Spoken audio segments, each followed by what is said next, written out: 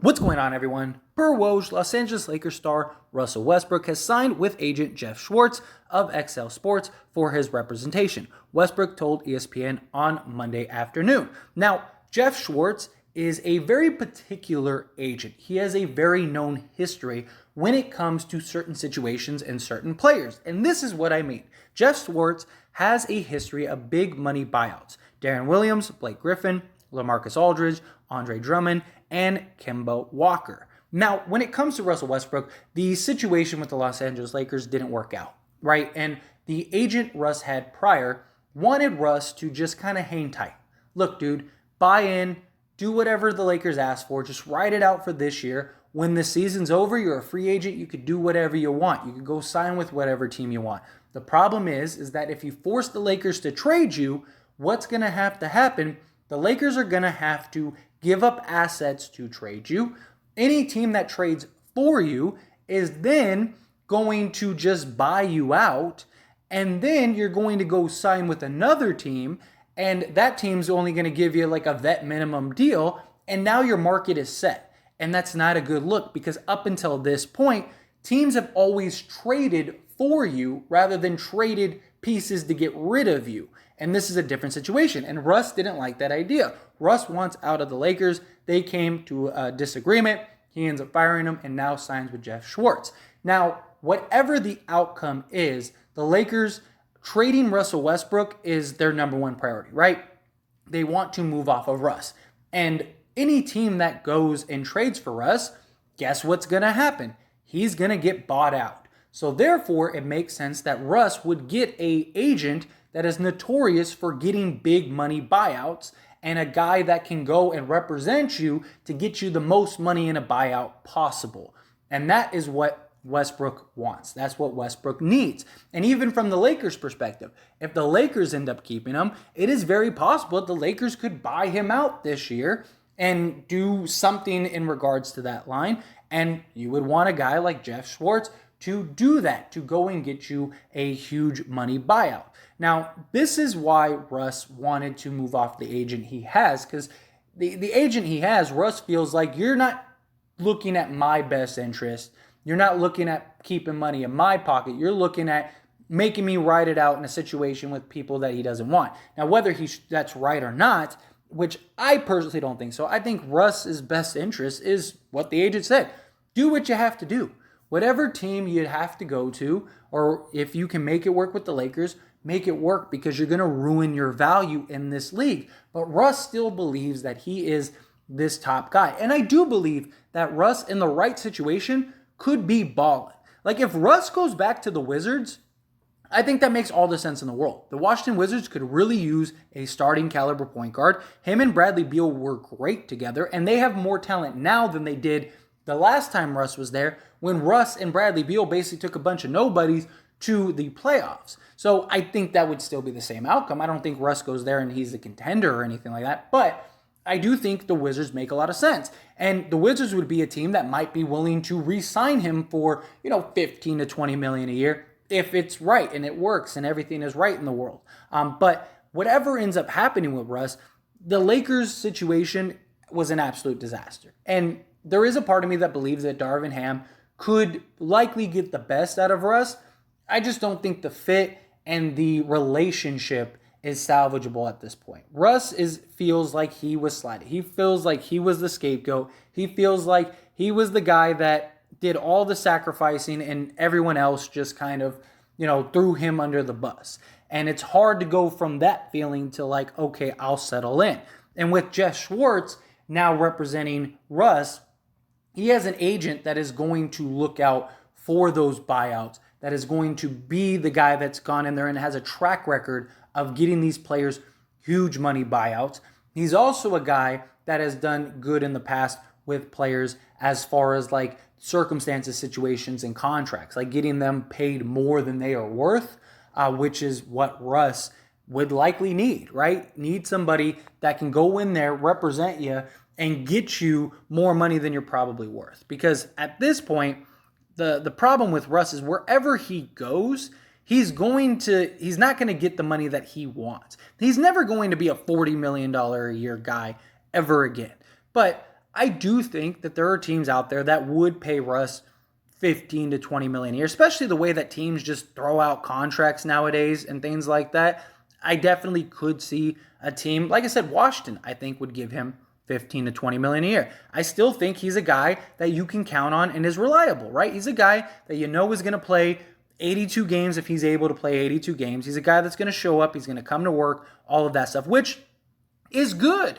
The problem is that Russ still thinks he's the number one guy on a contending team, and he's not. And he's a very specific player. He's a guy that needs the ball in his hands to be effective. He's a guy that needs the right pieces around him to be effective, and he just doesn't have that on the Lakers, especially with LeBron James.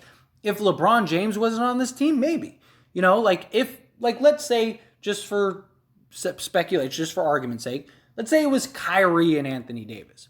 Russ might actually work because you could have Kyrie play the 2, Russ could play the 1, you have Anthony Davis down low. We've seen Russ work well with big men in the past, things like that. It's just that the issue that is at hand is that Russ is on a team where he can't be himself. He can't just go out there and be Russell Westbrook, right? And that was the whole point of the Lakers signing Russ, was for him to be able to be Russell Westbrook. And Frank Vogel never put him in the position. I'm not saying that Russ is without fault. He is definitely a player with fault. But he was not given a fair shake with the Lakers. And I think that that is part of what goes into this. The thing is, though, when it comes to the Lakers and Russ being a buyout, the Lakers aren't going to buy him out.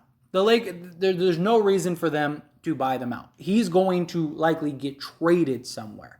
And many people are questioning, does this mean the Lakers have intentions to buy Russ out? I don't see that happening. Now, is it completely off the table? No. But I think the Lakers are going to do a deal to trade Russ because there are teams that want Russ on their team, not as a player. Again, let me make that clear. Not as a player, because I think a lot of people get confused with Russ the player. They don't want Russ the player. They want Russ the contract, which is essentially a complete book wipe. If you are a team that has salary that you need to move off of, Russell Westbrook is the biggest salary there is to move off of multiple players. There is nobody else in the league that has as big of a contract as he does that you could buy on and then opt out and trade. Kyrie has a big one, right? He's got $36.6 million, but that's not $47 million for one. And two, every team in the league knows if you end up trading for Kyrie Irving, you're buying out him and he's going to go run to the Lakers for free. And I don't think teams want to help the Lakers. So a team like the Knicks or the Jazz or the Pacers or, these teams that are kind of in either a rebuilding mode or a position where it's like, we're trying to contend, but we have some bad salaries we need to move off of. So let's move off of those salaries. That is something I could see ending up happening, something along those lines. But as far as the Lakers saying, hey, let's go and buy out Russ now that he got Jeff Swartz, I don't think that that's going to even be a question, at least temporarily. I think the Lakers' worst case scenario will try to see for a sample size what Russ has got and if Darvin Ham can make it work before they buy him out, right? Or before they send him home. So let's say all the trades fail, right? No Kyrie, no Turner. Donovan Mitchell doesn't get traded, so that takes out the Knicks, that takes out the Jazz, and the Lakers are stuck with Russ. I think that they will at least try and give it, 20 to 30 games with Russ and see, can Darvin Ham make it work before they ever try to buy him out or send him home. And that's just what I think. I just don't think that they're going to give up that money for no reason. They're not a rebuilding team. They're a team that has Russ, and the hope is Darvin Ham can make it work. Darvin Ham, all the conversations and things that he's thrown out there, he can stick true to.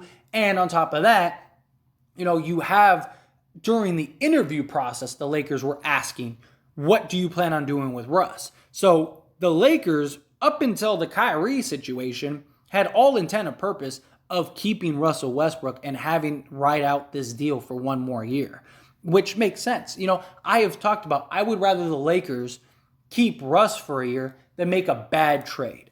that just completely ruins your salary cap. You don't want a Timothy Mozgov, Lou Aldane situation all over again. You're better off keeping the cap flexibility. But anyway, as always, this is a discussion, so I pass the question on to you. Let me know your thoughts and opinions down in the comment section below. What do you think about Russell Westbrook potentially getting bought out? What do you think of him going and signing with Jeff Swartz? Do you think this is huge? This is a good sign that Russ is going to get traded and bought out? I think that that's kind of what this alludes to, and I could be completely wrong, but I think Russ knows he's out the door, and he's going to a team that's going to buy him out, and I think that he knows that I need to get the best representation to get the most money in that buyout. And I think Jeff Swartz does that. But how do you feel about it? How do you feel about this whole situation in general? What do you want to see? What do you want to happen? Do you think, the Lakers should buy him out? Do you think they shouldn't? Like I said, that is the absolute worst case scenario. If the Lakers buy out Russ, that means that all other options have failed. And that's not what they want. So again, love to hear your thoughts, opinions, however you feel about it, down in the comment section below. That being said, hit that like button. Helps me out a lot. Lets me know you enjoy these types of videos, and I truly appreciate it. If you're not subscribed to the channel, hit that subscribe button, followed by the bell notification. Stay up to date with all things sports. Join this wonderful community and all of our discussions. I'll see you all in the next one. Thank you.